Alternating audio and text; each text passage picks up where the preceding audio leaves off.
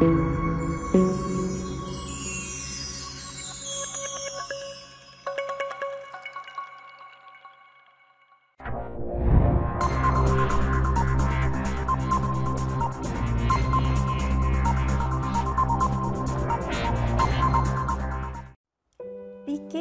adalah pentaksiran kemasukan sekolah khusus ke Sekolah Berasrama Penuh SPP, Sekolah Menengah Kebangsaan Agama SMKA, Sekolah Teknik ST, College Vocational KV dan Maktab Tentera Diraja MTD. PKSK diselenggara oleh satu pusat di mana SBP, SMKA, KV, ST dan MTD boleh dimohon melalui satu aplikasi sahaja. PKSK bukan gantian kepada PT3 ataupun UPSR. PKSK merupakan pentaksiran umum yang mengandungi bahagian A dan B akan dijawab secara online, manakala bahagian C dijawab secara bertulis. Bahagian A adalah kecerdasan insania, jenis item objektif, isi kandungan EQ, SQ dan SSQ. Skornya adalah 20%. EQ adalah kecerdasan emosi di mana murid akan dinilai dari aspek self-awareness, iaitu kemahiran untuk mengurus perasaan dan pembentukan konsep esteem diri. Yang kedua, self-regulation, di mana murid akan diuji untuk menilai kemahiran mengawal perasaan dan tindakan sebelum melakukan sesuatu. Ketiga, motivation, di mana murid akan dinilai untuk melihat daya tahan murid untuk mencapai sesuatu matlamat. Keempat, empathy, melihat keupayaan murid untuk merasai apa yang orang lain rasa. Dan yang terakhir, social skill, merujuk kepada kemahiran untuk memulakan dan mengekalkan perhubungan. SQ merupakan kecerdasan spiritual di mana murid akan dinilai berkaitan dengan isu moral dan agama, seperti membuat pertimbangan mana yang baik dan mana yang buruk.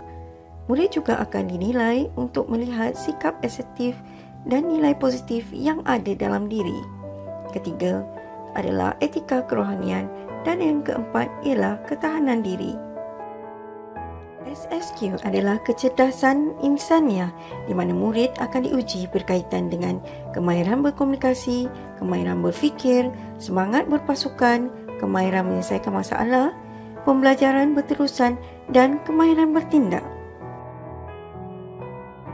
Bahagian B adalah kecerdasan intelek, jenis item objektif, isi kandungan, IQ, pengetahuan am dan penyelesaian masalah. Skornya 70%. Di dalam kecerdasan intelek, murid akan diuji tentang pengetahuan am, di mana murid-murid perlulah mengetahui tentang isu-isu semasa, COVID-19, budaya di Malaysia, bangunan ternama, lokasi sejarah dan sebagainya.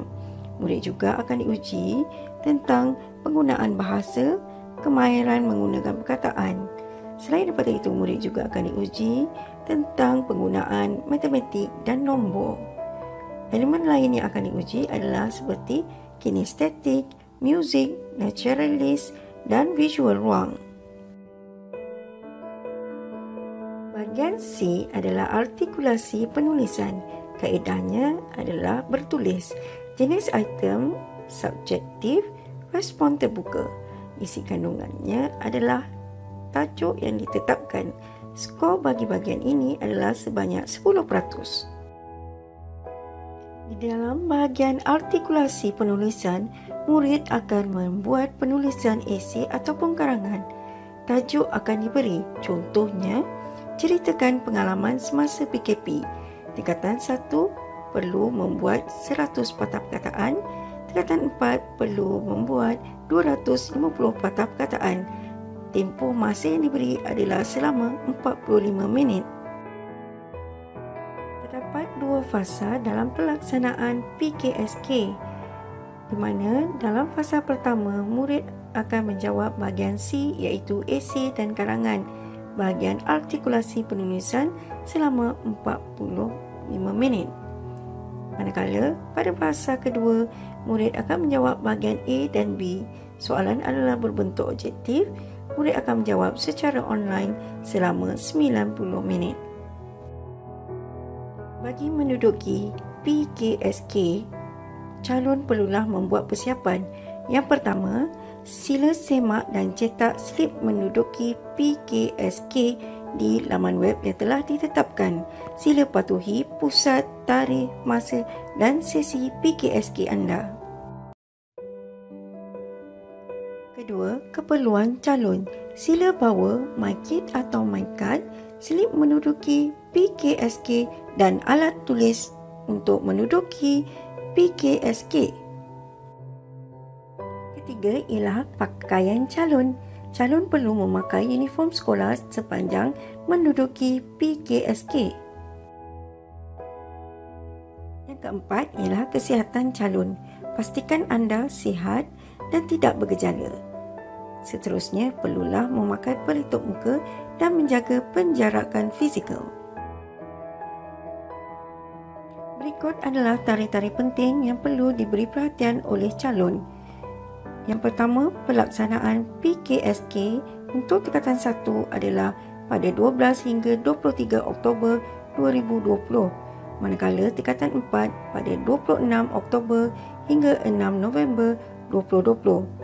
Semakan keputusan boleh dibuat pada 15 Januari 2021 bagi tingkatan 1 dan 5 Februari 2021 bagi tingkatan 4. Pendaftaran akan dilakukan pada 16 Februari 2021 bagi tingkatan 1 dan 23 Februari 2021 bagi tingkatan 4. Rayuan pula boleh dibuat dari tarikh 15 hingga 29 Januari 2021 untuk tingkatan 1 dan 5 hingga 19 Januari 2021 bagi tingkatan 4. Semoga berjaya. Jangan lupa like, komen, share dan subscribe ELME channel.